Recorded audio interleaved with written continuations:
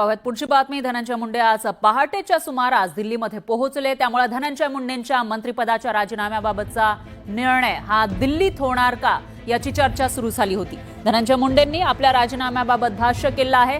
तर धनंजय मुंडेंनी सांगितलेलं आहे, मुख्यमंत्री देवेंद्र फडणवीस आणि उपमुख्यमंत्री अजित पवार यांना मी दोषी वाटत असेल तर मी राजीनामा देण्यास तयार आहे असं ते म्हणतायत। तर माझ्या राजीनाम्यामुळे सगळ्या गोष्टी सुटणार असतील तर राजीनामा देईन, माझा दोष वरिष्ठांनी सांगावा अशी मागणी या ठिकाणी धनंजय मुंडेंनी केलेली आहे। त्यामुळे आता पुढे नेमकं काय होणार ते बघावं लागेल।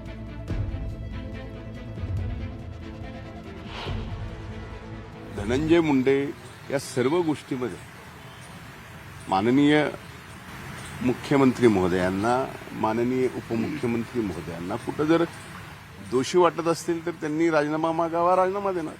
पण विषय फक्त हा काढून राजीनाम्याचा होत असेल तर या बाबतीमध्ये मी दोषी आहे का नाही या बाबतीत माननीय मुख्यमंत्री, माननीय उपमुख्यमंत्री हे सांगू शकतील ना। ज्या पद्धतीनं ट्रायल चालू आहे, टार्गेट मी आहे, स्वाभाविक आहे। मी पार्टीचा निष्ठावंत आहे, मी महायुतीचा प्रचारातला एक प्रमुख आहे। निवडणुकीमध्ये ज्या वेळेस जिथं जाईल स्पष्टपणाने मी लोकांना काम आम्हाला मत द्यावं, आमच्या उमेदवाराला मत द्यावं हे स्पष्ट सांगताना आपण निवडणुकीत टीकाही करतो, टीका सहनही करतो। संबंधित काय राजकीय विषय असते तर ते म्हणजे माझ्या अगोदर तुम्हालाच कळायला असते, मला काय ठरवायचं त्याच्या अगोदर मीडियालाच कळायला असतं। त्यामुळे 21व्या शतकात कुठली गोष्ट लपून आणि छपून हा विषय तुम्ही ठेवू देणार नाहीत, आमच्यासारखे ठेवणार नाही। त्यामुळे असा काही विषय नव्हता। सरपंच देशमुख यांची जी निर्गुण हत्या झाली आहे त्या सर्व जे कोणी हत्या करणार आहेत, जे कोणी दोषी असतील, जे तपासात सापडतील, जे कोणी त्यांना या ठिकाणी फासावर चढवा, मोठ्यातली मोठी शिक्षा द्या ही माझी मागणी आहे। आता कोण किती दिवस फरार आहे ह्या सगळ्या गोष्टी आहेत। आज ज्यावेळेस तुम्ही सगळ्यांनी ट्रायलच समजा माझ्यासारख्यावर केलं असेल त्यावेळेस मी ह्याचं उत्तर देणं, मला असं वाटतं की आपण तो प्रश्न विचारून मी ते देऊ नये। यानंतर एक मोठी अपडेट आहे। संतोष देशमुख हत्या प्रकरणातील फरार आरोपी कृष्णा आंधळे याच्या आई वडिलांना चौकशीसाठी तपास यंत्रणेनं केज विश्रामगृहामध्ये बोलावलेलं आहे। तर सरपंच संतोष देशमुख यांच्या हत्या प्रकरणातील फरार आरोपी कृष्णा आंधळे याच्या आई वडिलांना तपास यंत्रणेनं बोलावलेलं आहे। चौकशीसाठी केज इथल्या विश्रामगृहावर बोलावण्यात आलंय। देशमुख हत्या प्रकरणाला आज 50 दिवस पूर्ण झालेले आहेत, तरी सुद्धा यातील आरोपी कृष्णा आंधळे अजूनही फरार आहे। त्याच्या आई वडिलांकडून चौकशी करून कृष्णा आंधळे याच्याशी संबंधित काही धागेदोरे मिळतात का ही माहिती जाणून घेण्यासाठी सीआयडीनं कृष्णा आंधळे याच्या आई वडिलांना चौकशीसाठी बोलावलंय।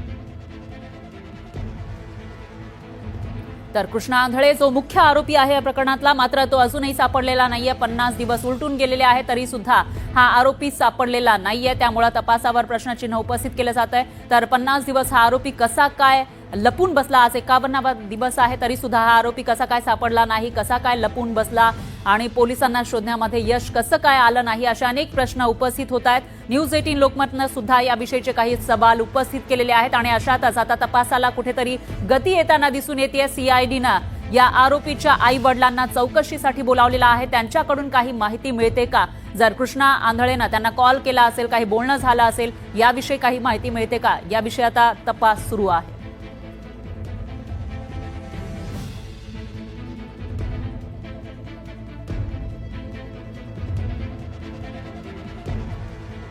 तर कृष्णा आंधळे हा 50 दिवसांपासून फरार आहे। संतोष देशमुख यांची हत्या झाली होती निर्घृणपणे आणि याच प्रकरणातला मुख्य आरोपी कृष्णा आंधळे हा अजूनही पोलिसांना सापडलेला नाहीये आणि अशात आता त्याच्याविषयी अधिक माहिती मिळवण्यासाठी त्याच्या आई वडिलांना चौकशीसाठी बोलावलेलं आहे। त्यामुळे या चौकशीतून नेमकं काय समोर येतं ते बघावं लागेल। आणखी एक मोठी बातमी आहे। बीडमधील सरपंच संतोष देशमुख हत्या प्रकरणाला 50 दिवस उलटलेले आहेत, पण अजूनही या प्रकरणातील आरोपी कृष्णा आंधळे तपास यंत्रणांच्या हाती लागलेला नाहीये। आंधळे अजूनही गायब आहे, त्यामुळे नव्या चर्चांना उधाण आलंय। तर फरार आरोपी कृष्णा आंधळेवरून धनंजय मुंडे यांच्यावर विरोधकांकडून जोरदार टीका केली जाते। कालच या मुद्द्यावरून आमदार संदीप क्षीरसागर यांनी कृष्णा आंधळेच्या घातपाताची शक्यता व्यक्त केली होती। तर मुख्य आरोपीच फरार असल्यानं पोलीस प्रशासन आणि वाल्मिक कराडचे काही संबंध आहेत का, अशी दाट शक्यता विरोधकांनी व्यक्त केली आहे। दरम्यान न्यूज 18 लोकमतनं याविषयी काही सवाल उपस्थित केलेले आहेत, कारण 50 दिवस उलटलेले आहेत. त्यामुळं 50 दिवस उलटले तरी कृष्णा आंधळे फरार कसा काय असा सवाल या ठिकाणी उपस्थित होतोय. याशिवाय कृष्णा आंधळेला शोधण्यामध्ये इतके दिवस का लागतायत असाही जेन्युइन प्रश्न या ठिकाणी उपस्थित होतोय. तर कृष्णा आंधळेची संतोष देशमुख प्रकरणामध्ये भूमिका नेमकी काय आहे हा सगळ्यात मोठा सवाल आहे. आणि त्याचबरोबर कृष्णा आंधळे पोलिसांच्या हाती का लागलेला नाहीये 50 दिवस झाले तरी सुद्धा हाही सगळ्यात मोठा सवाल उपस्थित होतोय. दरम्यान कृष्णा आंधळे नेमका कुठे लपून बसलाय हा एक सवाल आहे. तर 50 दिवसानंतरही कृष्णा आंधळे का सापडत नाही असा सवाल धनंजय देशमुख यांनी केलाय. मात्र अद्यापही 51 दिवसानंतरही जो हत्या प्रकरणातील आरोपी आहे, मुख्य आरोपी कृष्णा आंधळे, आणखी अटक नाही. शेवटचे शब्द तुम्हाला अगोदर व्यक्त होतो, मग तुम्ही पहिले दोन शब्द बोललात त्याच्यावर मी व्यक्त होतो नंतर. आता याच्यावर माझी विनंती आहे, जे कोणी सगळे प्रशासनामध्ये आहेत, उपमुख्यमंत्री आहेत, मुख्यमंत्री आहेत, त्यांनी हा जो कृष्णा आंधळे जो फरार आरोपी आहे तो अजून शोधला नाही 50 दिवसात. त्याच्या अगोदर पण 2 वर्ष तो गंभीर गुन्ह्यामध्ये 2 वर्ष फरार होता. यावर विशेष सगळ्या अधिकाऱ्यांची बैठक बोलवून खरंच ह्याच्यावर विशेष काय करता येतंय. आमच्याकडून तर आम्ही सांगतोय की ही सगळी सराईत गुन्हेगारांची टोळी आहे, खूप लागेबंदे आहे, त्याच्यामध्ये खूप मोठी टीम आहे. हे जर सगळं उकरून फेकलं तरच आपण महाराष्ट्रातली गुन्हेगारी थांबवू शकतो. त्याचं उदाहरण या प्रकरणातून तयार होणार आहे. त्या दृष्टिकोनातून त्यांनी ह्या कृष्णा आंधळे फरार आरोपीवर आणि त्याला दिलेलं जे अभय आहे, त्याला दिलेलं जे पुष्टी आहे, त्याने जे फरार असताना फक्त कागदोपत्री फरार असताना तो जो तिथं एरियामध्ये फिरला आहे याची काय कारण आहेत. तसं तर न्यायालयीन समिती त्याचं काम करणार आहे, पण यावर विशेष लक्ष घालून त्याचा तपास केला पाहिजे आणि हे सगळं बंद केलं पाहिजे, झालं पाहिजे आणि आम्हाला न्याय मिळाला पाहिजे. तसेच तपास जो चालू आहे यावर मुख्यमंत्री साहेबांना जो विश्वास दिलेला आहे, आम्हाला जो शब्द दिलेला आहे, त्याप्रमाणे आम्ही जसं जसं वेळ भेटेल, जसं काही वाटेल आम्हाला, तसं आम्ही CIDला SITला भेटत आलेलो आहोत आणि भेटत राहू. जिथं कुठं अडचण वाटेल, जिथं कुठं आम्हाला वाटेल की हे थोडं चुकीचं होईल किंवा इथं काही तपास व्हायला आहे, त्या ठिकाणी आम्ही आवाज उठवू, आम्ही त्यांना विनंती करू, आम्ही त्यांच्या विश्वासात जाऊ, त्यांना आमच्या विश्वासात घेऊ. आमच्याकडून जी काही मदत होईल, काही CCTV फुटेज आमच्याकडे असतील किंवा काही अजून पुरावे असतील तर ते आम्ही त्यांना देऊ. आणि रस्त्यावरच्या लढाईचा विषय असा आहे की हे दुःख आयुष्यभरात कधी कमी होणार नाही.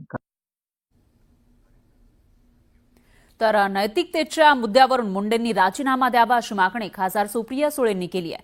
50 दिवसांपासून कृष्णा आंधळे का सापडत नाही, देशमुख कुटुंबियांची सरकारनं चेष्टा लावली आहे का असा सवालही सुप्रिया सुळेंनी केला. तर पोलीस तपासावरही सुप्रिया सुळे यांनी सवाल उपस्थित केला आहे. सुळेंच्या आरोपाला धनंजय मुंडेंनी प्रत्युत्तर दिलंय.